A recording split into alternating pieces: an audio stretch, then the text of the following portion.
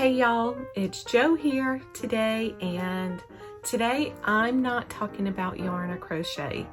So all my regulars, if you want to hear about my silver journey, then stay tuned. If not, I'll see you in the next one.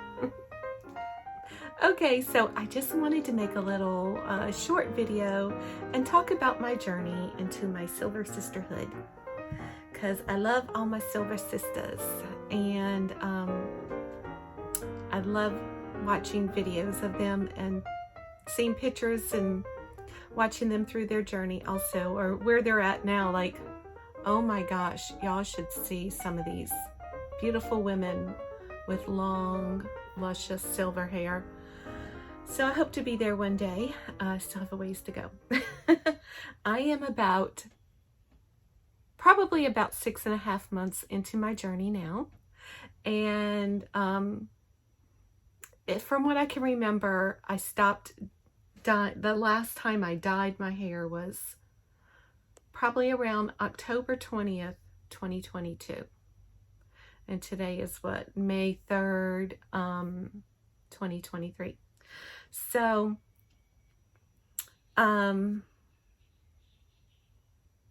the reason why I was ready to ditch the dye, as they say, quite a few reasons.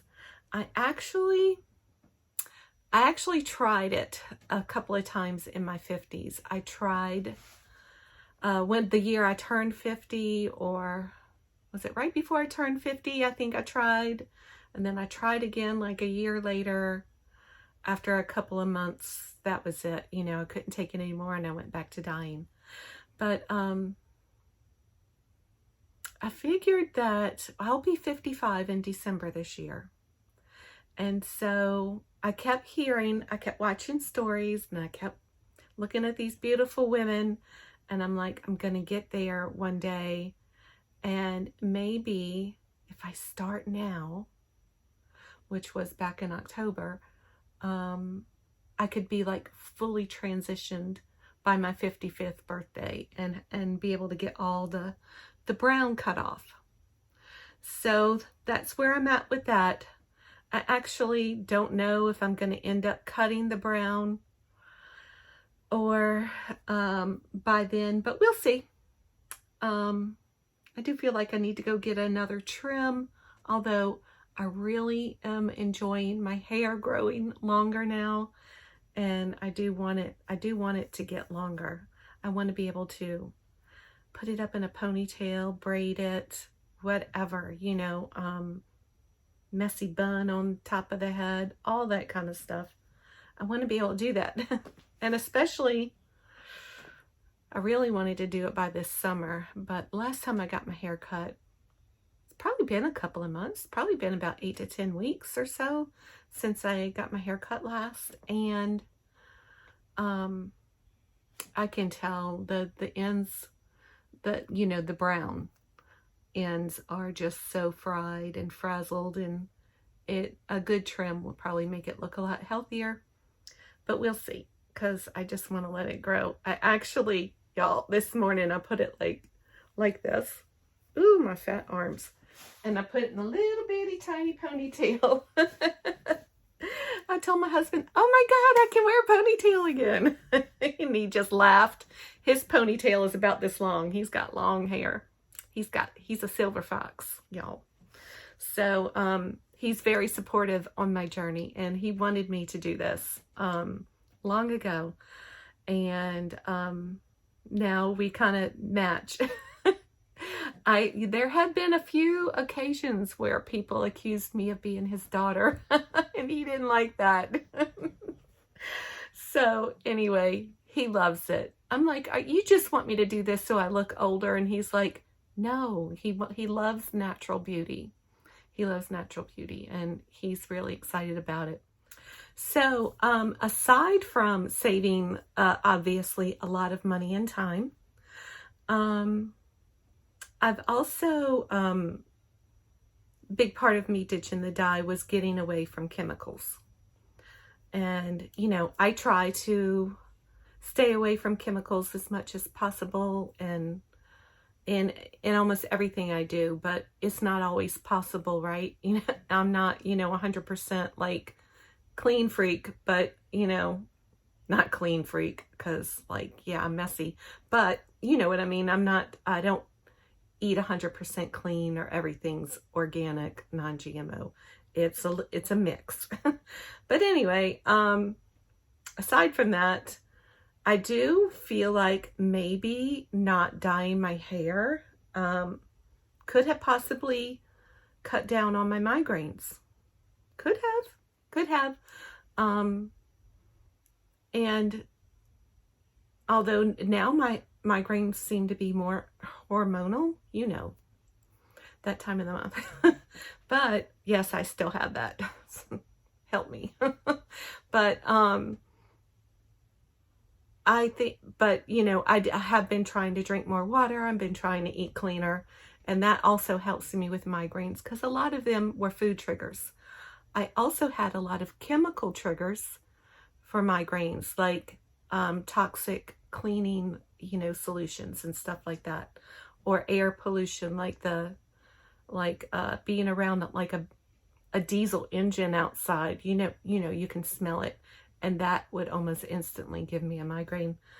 But anyway, when I hear talk about migraines, I think it's helped. That's all I wanted to say about that. Okay, so aside from that and the saving the money, I started looking into different ways to go gray, right? Because there's lots of different ways to grow it out. You can speed the process up by going to the salon, and I guess I'm not a hairstylist or know much about hairstyling, just what little I know from being a woman, but they can like bleach out your color. They bleach it out and then they dye it or tone it back silver or something like that. And I've heard a lot of people choosing that route.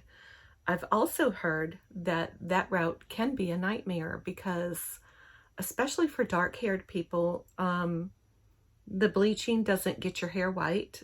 It still turns more like orange, and then they have this blorange. They have, you know, a brown orange mess, and a lot of people have regretted going that route.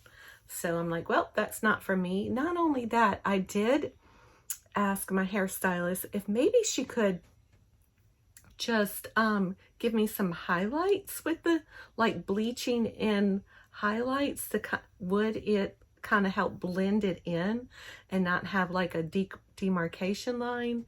And she said that actually my hair is thin and fine, and with dyeing for so many years, probably like a good 15 years, like every 2 to 3 weeks dyeing my hair, you know, I have my hair is too damaged. She said it was too damaged to bleach. So we would have a big mess of breakage and just a mess. So did not go that route. And that was okay. So another thing that she told me, like I think many of you have heard from your stylists or friends or family, that you're gonna look old when you have gray hair, and I don't think that's the case. I think, but even though, yeah, I think I do look older with my silver hair, but it's okay. I'm okay with it, y'all. I'm almost 55. It's okay to look your age, and I'm totally fine with that. You know, I don't know. I feel like maybe I'm getting a little bit more respect from people. I don't know. I think with my dyed brown, little short, fried out hair, I was just, what do they call middle-aged women? You know, middle-aged women feel like they're invisible. Like, no one really cares about middle-aged women anymore. We're done raising our children, and we're looking, you know, we're looking into retirement, and you feel invisible and lost and lonely sometimes. But I feel like this has given me a new life on lease. Like, I don't know how to explain it. I don't know how to explain it. But those of you who have been through the process, you know exactly what I'm talking about. So with that being said, I just have to say, so what if I look older? Many people are not afforded that luxury, right? We hear of, you know, people dying way too young, and never have the opportunity to actually grow silver hair. So I feel blessed, and I'm ready to embrace, you know, whatever God gives me. So another thing that inspired me to go gray is my mother. Now, my mother suffered from Alzheimer's for 3 years, and she passed on New Year's Eve in 2022, December 31st. I had a very, you know, long, stressful, traumatic year. And she also dyed her hair up until the point where she didn't know how to do it anymore. And then her neighbor did it for like at least a year or two. Her neighbor kept dyeing her hair for her, which was really sweet. But, you know, we both kept trying to talk her into letting it go gray. She just wouldn't, until it actually got to the point where, you know, she didn't know. And she would mention it every now and then, but we would tell her how beautiful she was. And when she stopped dyeing her hair started looking, when she had short hair, you know, like a lot of older women do. She had just the short hair cut over the ears and stuff. But her facial features softened up so much. She had, you know, it was looking healthy because it was just dark brown fried out hair, right? Before. And she just started looking, I just loved it on her. Absolutely loved it. And I tried for at least 10 years to talk her into going gray. And anyway, that kind of inspired me too, because I saw how beautiful my mother's hair was once she stopped dyeing it. And that kind of gave me a little bit more push, a little bit more incentive. Although if she had realized that I was starting to let my hair go, she probably wouldn't have liked it. She probably wouldn't like this. She would probably like me to keep dyeing it brown. So anyway, so when I started, I was very self-conscious, of course, you know, about the roots. And I started using this thick, it's called Thick FX. Let me hold it up here, by Ardell. And I got a medium brown. Read it. Let me put it where you can read it. It's medium brown, and it is like a powder. Oh gosh, I take the top off. So it has like a little shaker top on it, you know, like for seasonings. It's got the little holes in it, and then you could shake it like, you know, shake on your roots and stuff. And it was going on really thick that way. So I found this little brush I had in like some makeup brushes. And so I would just start dabbing it in there and dabbing it like on my roots and stuff. And that kind of helped for a while. That really did help for a good long while. And then once that kind of wasn't helping, I started adding in some of this L'Oreal Root Spray cover up. And I still have this pretty good amount still left in this one. I stopped using it long ago. But yeah, it's just a little spray, and you can spray your roots and stuff and get that cover up you're looking for. This is a really good cover up.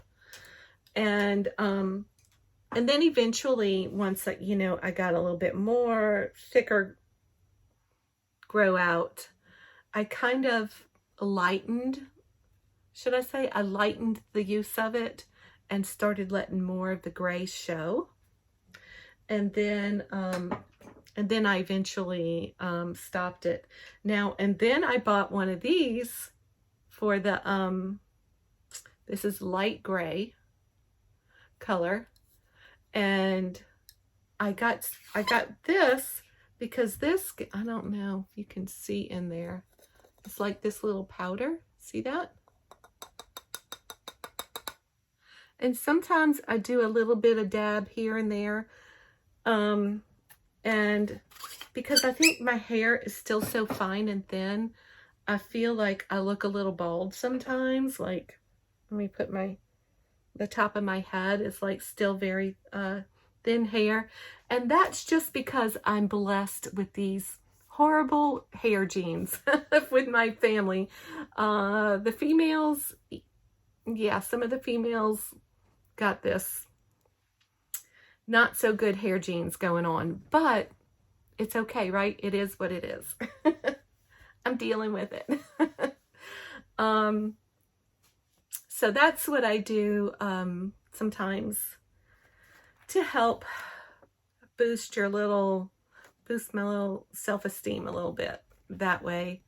Now, a lot of, you know, I don't usually wear my hair down like this. I just did it for this video so I could, you know, do like this to show y'all where I'm at in my grow out process. And you can see, you know, it's a lot more. I think the last time I did a little video, it was more like this much. It doesn't seem like the past couple of months has grown much. And I don't know, maybe that's just me. But when I do look at the back, let me see. Let me show y'all, like, this is, when I look at the back, I do kind of see that I have a lot more grow out than I thought I did. I have a lot more gray. Oh, I don't know if y'all can hear me. I have a lot more gray like peeking through the brown in the back. So that's peeking through. And yeah, so it's getting there. I think the last time I got a haircut, now you can see, if you can tell, I have a lot more pepper. I have a lot more pepper in the back of the head than in the front, which when I started seeing this, I was so excited because I wanted that white hair, you know, and, but it's a lot more darker in the back, and that's okay. That's okay. So I'm excited to see what it's actually going to look like once it's all grown out and I get all the brown cut off. I'm hoping to grow it a little bit longer, and this summer just braid it a lot and put it in ponytails and things like that. So I think that would help me with the grow out process. Also, is to just not leave it here on full display for the whole world to see. But if I pull it back, then I get more, you see more of it. You see more of it when I pull it back. So I'm letting that. Yeah. So maybe I have showed y'all some pictures of, like, you know, when I first started and then up until now, like a little progression pictures. I'll either insert them now or after I finish talking. But oh, another thing I've been doing is I've been taking these hair vitamins, and they're little sugar bears, Oh, they taste so good. They're like a little gummy bear. I get them from Ulta. And it's just a little, I think there's the little bear right there. It's so cute. So I get these from Ulta, and I've been taking this, and I usually eat 1 or 2 a day, and that could be helping too with my hair. So I think that's it. And I just want to say that if you're thinking about this, or if you're going through it already, or if you've never dyed your hair, or if don't have gray hair yet, but you're thinking that maybe you won't dye your hair, I encourage you to do it all, because I feel so much better about myself. And I think it's a fun, great thing to do for yourself. But and of course, that's not saying that if you do dye your hair, that's okay, because you do what you do, you boo, right? You do what makes you feel good. I'm just saying, I'm glad I'm on this journey. So I think that's it for now, and I will update you in the next video. Okay, bye y'all. Be blessed.